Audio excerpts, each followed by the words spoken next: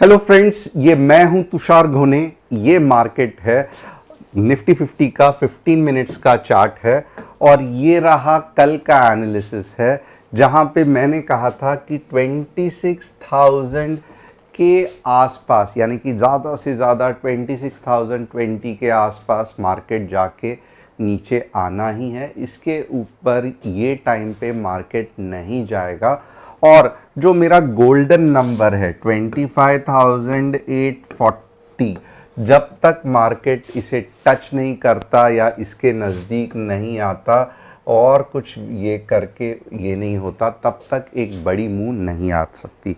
अब हमारे पास वापस आज मंगलवार है, बुधवार का दिन है और गुरुवार का दिन है, तो देखेंगे कैसे मार्केट मूव होता है। बट आपको डेफिनेटली कल के एनालिसिस से हेल्प हुआ रहेगा, जहां पे मैंने कहा था कि 26,020 के ऊपर मैं मार्केट को देख ही नहीं सक रहा हूं फिलहाल के लिए।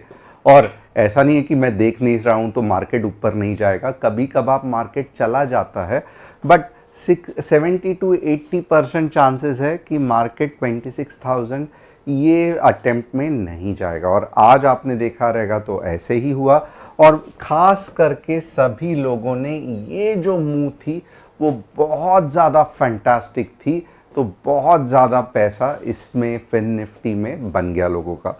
अब आप पूछोगे कि ये सब कैसे होगा, क्या होगा, मैं कैसे समझ सकता हूँ, तो बहुत सिंपल है। आपको क्या करना है, चैनल को सब्सक्राइब, बेल बटन को हिट और डिस्क्रिप्शन में जो व्हाट्सएप कम्युनिटी की लिंक है उसे क्लिक करके आप हमारे फैमिली के साथ जुड़ सकते हो। क्यों जुड़ना है? क्योंकि कुछ दिखाना है। क्या दिखाना है? तो फॉर एग्जांपल अगर आप देख सकते हो ये वाला एनालिसिस कितना बढ़िया सा हमने किया था।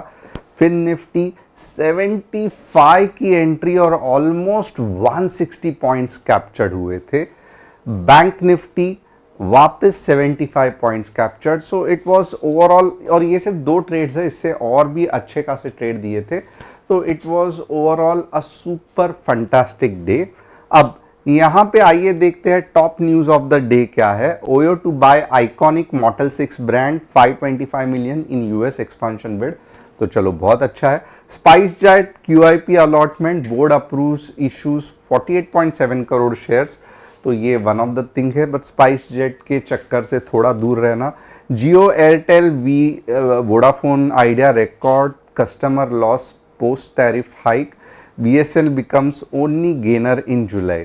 तो यहाँ पे एक चीज़ है, बार बार सुनाई दे रही है कि बीएसएनएल प्रॉफिटेबल होने वाला है, प्रॉफिटेबल होने वाला है, तो थोड़ा सा बीएसएनएल के ऊपर ध्यान देना पड़ेगा।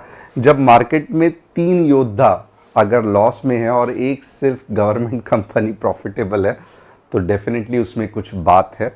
अब एक चीज़, अगर आप चाहते हैं कि मैं आपके स्टॉक्स का ट्रेंड एनालिसिस करूं, जैसे कि टाटा मोटर है, एचएफसीएल है, हिंदुस्तान जिंक है, जो दीपक, बाद में वरुण, बाद में नीरज सिंह ने मुझसे करने के लिए रिक्वेस्ट किया है, आप भी कमेंट कर सकते हो। हमारी टीम वहां से पकड़ के डेफिनेटली आपके स्टॉक्स का एनालिसिस करेगी। कस्टमर सपोर्ट नंबर हमारा सिर्फ एक ही व्हाट्सअप नंबर है, 9152615121।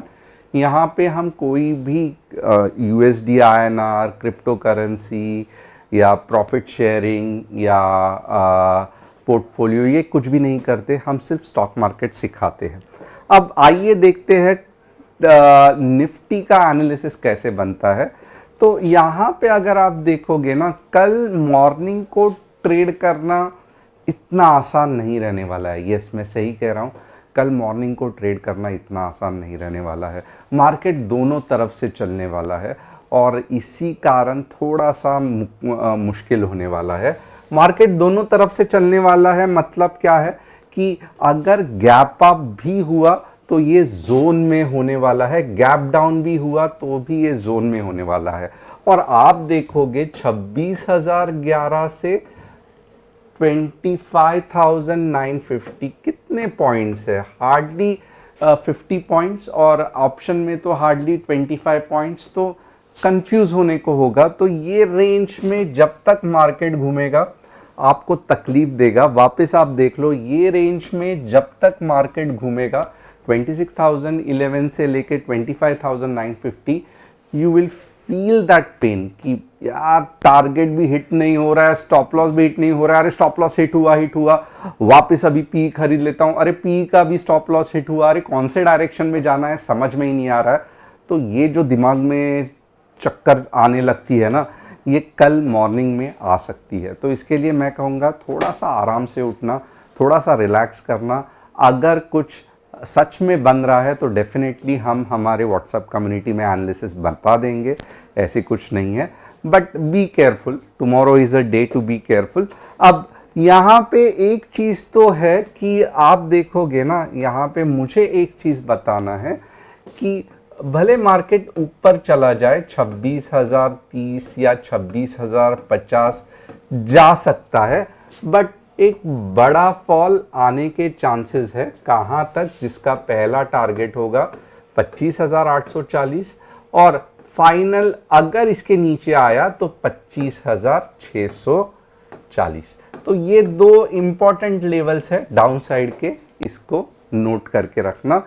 अपसाइड के लिए फिलहाल ये मूवमेंट में टू बी रियली हॉनेस्ट, अगर आप एक्सपेक्ट कर रहे हो कि मॉर्निंग में ही 26,300 चला जाएगा, 200 चला जाएगा, ऐसे नहीं होगा अनटिल एंड अनलेस रात को फेड ने बोल दिया कि मैं 1% फेड हाइक कर दूंगा, तो मे भी हो सकता है। रात को समझो कोई मीन्स गवर्नमेंट ने अनाउंस कर दिया हमने अगले साल का सबका टैक्स माफ कर दिया, तो शायद हो सकता है। बट विद ये जो नॉर्मल दिन जैसे चल रहे हैं उस हिसाब से ये रेंज के इतना ऊपर जाना लगता नहीं है। इसे आना तो नीचे ही है और फिर ऊपर जाएगा। तो होप आपको निफ्टी का एनालिसिस क्लियर है। नीचे के दो सपोर्ट्स है 25,840, 25,640। अगर गैप अप भी हुआ तो 26,030 या 26,005 के 10 के आसपास होगा और वापस जैसे ही रेड कैंडल दिखेगी आपको नीचे के ट्रेड के बारे में सोचना है। अब हम देखेंगे बैंक निफ्टी किस तरीके से काम करेगी। बैंक निफ्टी में भी सेम बेरिशनेस दिख रहा है और बैंक निफ्टी भी आप देखोगे सेम प्रॉब्लम के साथ गुजर रही है। 54,200 का रेजिस्टेंस है। अब यहाँ पे आप देखोगे ना सपोर्ट भी है, तो कल मॉर्निंग में बैंक निफ्टी में भी दिक्कतें आने वाली है, थोड़ा सा संभल के रहना। अब बैंक निफ्टी मेरे हिसाब से बैंक निफ्टी को जाना तो नीचे है बट पुल बैक आने के चांसेस है, तो बी रियली केयरफुल। 53,700 जाके या 600 जो लोवेस्ट है वो 53,200 है। ओके, लोवेस्ट है वो 53,200 है, फिर जाके ऊपर जा सकता है। तो बैंक निफ्टी भी मोर और लेस मॉर्निंग में रेंज बाउंड हो सकती है। रेंज कौन सा है? 54,200 से लेके रेंज कौन सा है? 53,970। सो बी एक्सट्रीमली केयरफुल, अननेसेसरीली बड़े बड़े लॉट्स लेके मत ट्रेड करना। बैंक निफ्टी को नीचे ही जाना है, थोड़ा सा पुल बैक होगा और ये जो नंबर्स है 53,700 का फर्स्ट टारगेट और 53,200 लगता तो नहीं है बट देख लो, मे भी क्या पता आ सकता है। बट यू कैन मीन्स ऐसा नहीं है कि सोचना ही नहीं है, हो सकता है। ओके, अब यहाँ पे देखेंगे Tata Motors. Tata Motors of course company बहुत अच्छा कर रही है बट साइडवेज कंसोलिडेशन में है, तो कुछ नहीं कर सकते, थोड़ा सा इंतज़ार करना पड़ेगा। HFCL कंपनी ऊपर तो जा रही है, सब सही है बट थोड़ा सा वीकनेस है, तो बड़ी मूव इमीडिएटली नहीं मिलेगी। इनफैक्ट बड़ी मूव 130 के पास आकर ही मिलेगी। तो HFCL कुछ इस तरीके से अप ट्रेंड में जा सकता है but nevertheless stock is in up trend. Hindustan zinc, yes, ऊपर जाने का मेरे हिसाब से टाइम आ गया है हिंदुस्तान जिंक का, तो ज़्यादा से ज़्यादा 450 तक नीचे जाके फिर ऊपर जाने के चांसेस है। तो हिंदुस्तान जिंक भी यस कंसोलिडेट हो रहा है, अभी तक ख़त्म नहीं हुआ है। ट्रेंड अप ट्रेंड ही है बट कंसोलिडेशन चल रहा है। ये कंसोलिडेशन और 1 या 2 महीना चल सकता है, तो हिंदुस्तान जिंक से दूर रहना। तो होप आपको एनालिसिस पसंद आया रहेगा। चैनल को सब्सक्राइब, बेल बटन को हिट करना मत भूलना। Thanks a lot. मैं कल मिलूंगा वापस विद इंटरेस्टिंग थिंग। तब तक के लिए चैनल को सब्सक्राइब, बेल बटन को हिट, और कैसा लगा कल का एनालिसिस ये लिखना मत भूलना।